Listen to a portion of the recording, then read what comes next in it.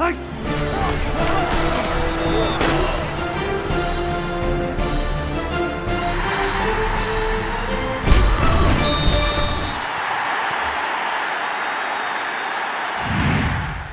I think what you said really is the way we look at it. I think there's been some growth in the program at Oklahoma State. I think it's a tribute to the players that have been before this group, the young men that are on our team now, and the ones in the future. They've got a lot to look forward to.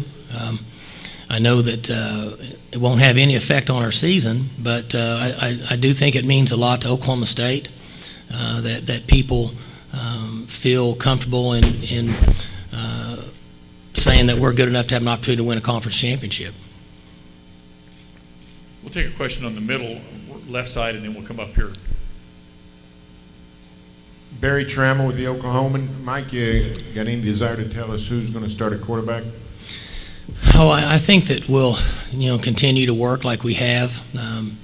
We've got two young men that we feel very comfortable with, and they've worked and they're extremely dedicated to our program. They're great team players, and they'll get equal reps. The one advantage we have in our offense is in practice and even in games we get a number of reps because of our tempo, and we expect to play very fast this year. So we'll work both guys. We feel very comfortable with them, and won't say much until after the first game. We play a very quality opponent in the first game, and so we'll need to use every advantage we have to give ourselves the best opportunity to win that game. Got a question on the front. Mike, David Oven at ESPN.com. Regarding the favorite issue, how much do you address that with your team, and how do you kind of talk about that, if at all? Well, I think it's certainly something that we'll address and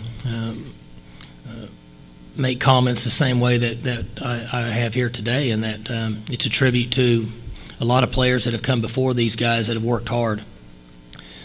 There's been a number of situations that gave us the opportunity to have success at Oklahoma State, and they've taken advantage of it, and the young men that are on this team right now worked extremely hard. And we all know, I don't know what the exact number of years to go back, but being picked number one certainly doesn't guarantee you the conference championship. We all know that. And we'll mention that to our players and be very vanilla that they still have a lot of work ahead of them. But we're very proud of how far they've come and that they have the opportunity. We've got to go out and play well. We've got a question on the front left. Put your hand up. There you go. Right behind you. Right there. There you go. Jason Oak with Stillwater News Press. With an offensive coordinator who doesn't have any D1 experience, how much do you have a hand in the offense this year? Not very much. It's been a number of years since I've really been involved in play calling, and I have an opinion each week on what I think gives us the best chance to move the ball and score points. And then, usually by Monday I'm out of that room, and I have a lot of confidence in the coaches on our staff and the decisions they make. And at the end of the day, they're the ones that have to instill it in the players in meetings and get it across to them on the practice field. They have to get them to perform on Saturday. So very little. I have a lot of faith in the guys that are in that room. We had a question all the way on the rear left. Mike, Chip Brown with Rivals.com. Can you just talk about the balance that you've had on offense the last 7 years, averaging 5 yards a carry most of those years and scoring a ton, throwing it well. And now it seems from what I've read that you're just bringing in coaches who will continue to operate the offense that you've established there. You don't have any interest in bringing in guys who are going to try and bring their offense to Oklahoma State. Just talk about what exactly your philosophy is. Well, we've been very fortunate that we've had good players.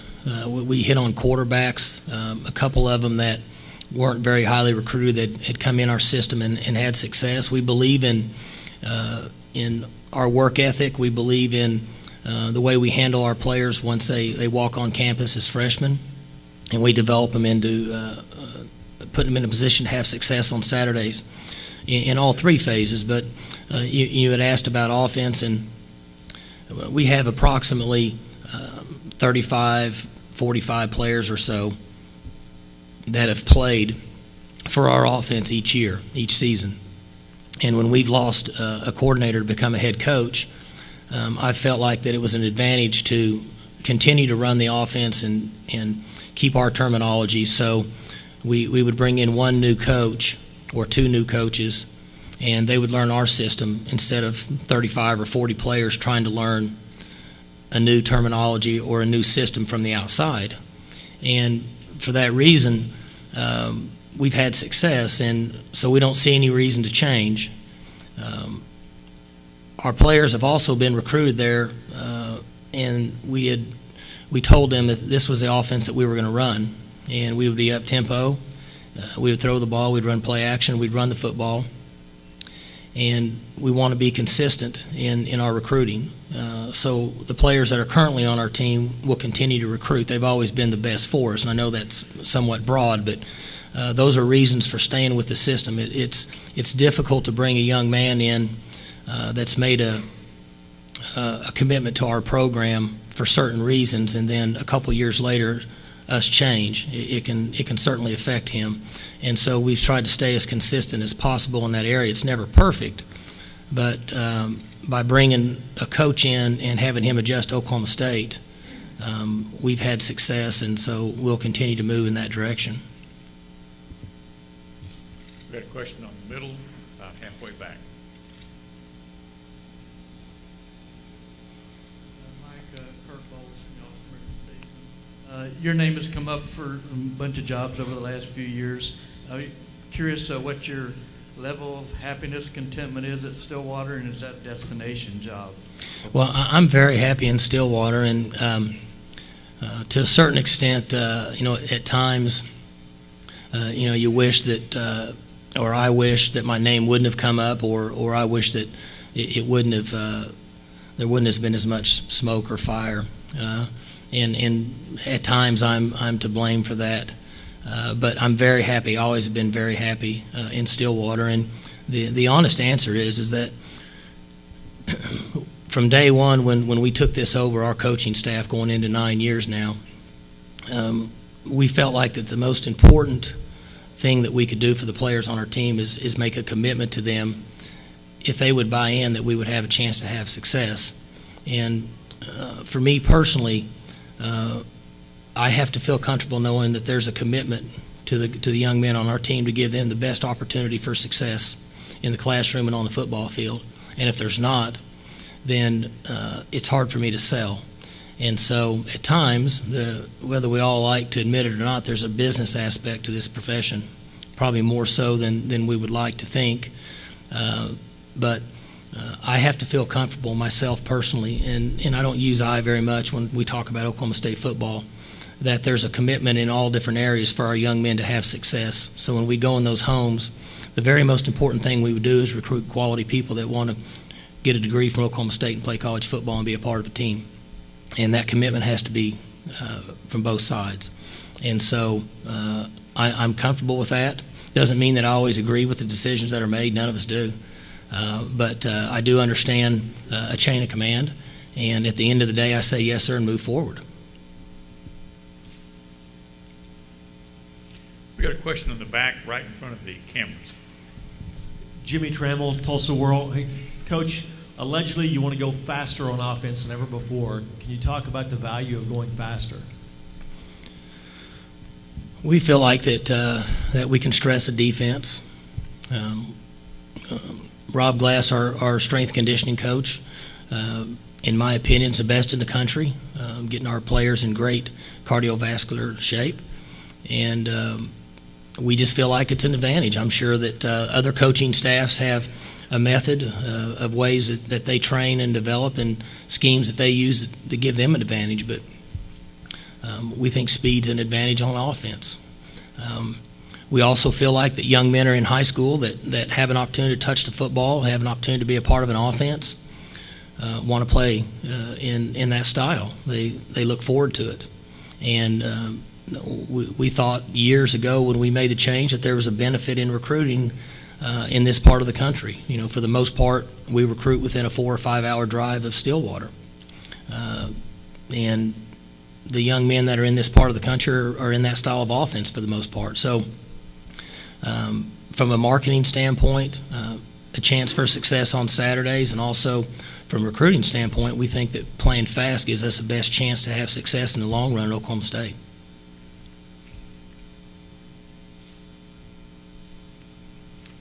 We got a question in the middle, about halfway back, up here.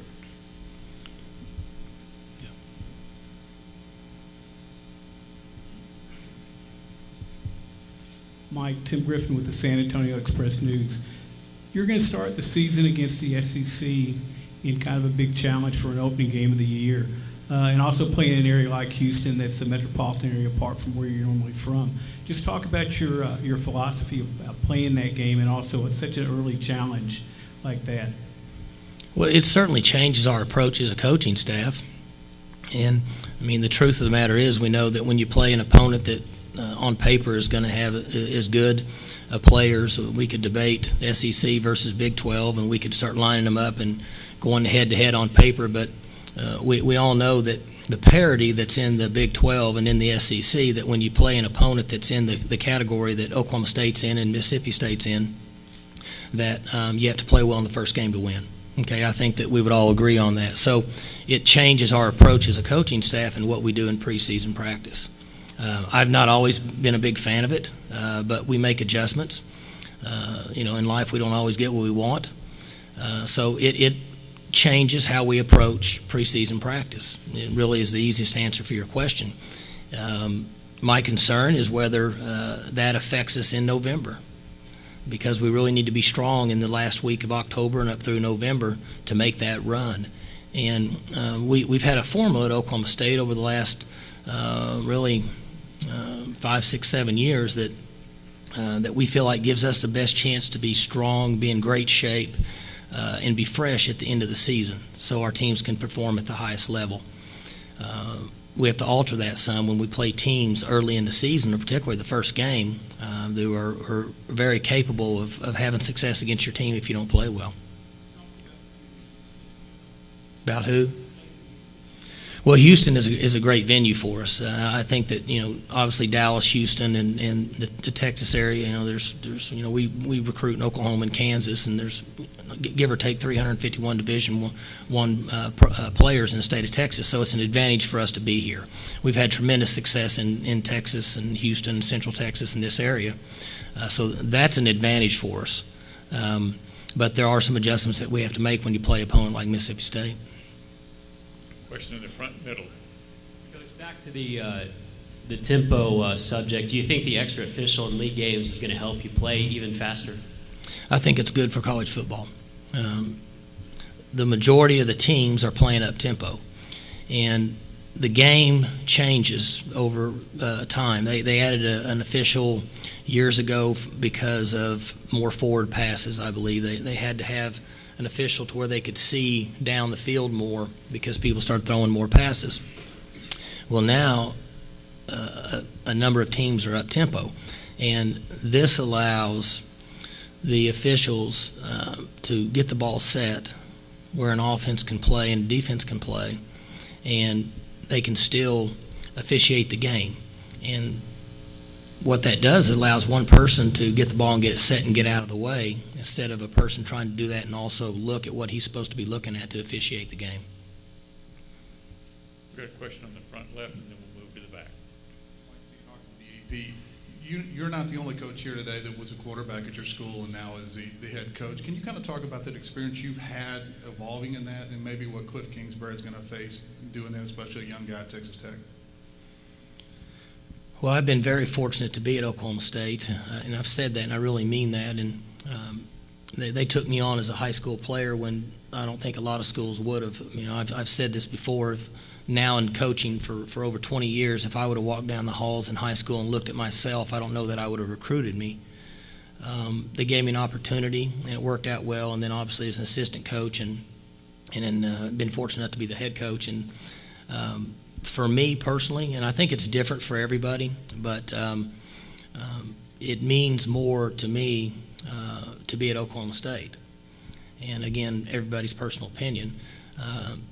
Cliff is a smart guy, has had success, is obviously has got good pedigree. He's been trained by one of the best in the game, and I'm sure that he's very excited to be back in Lubbock, and will definitely bring more excitement for you guys and for the fans to Big 12 football.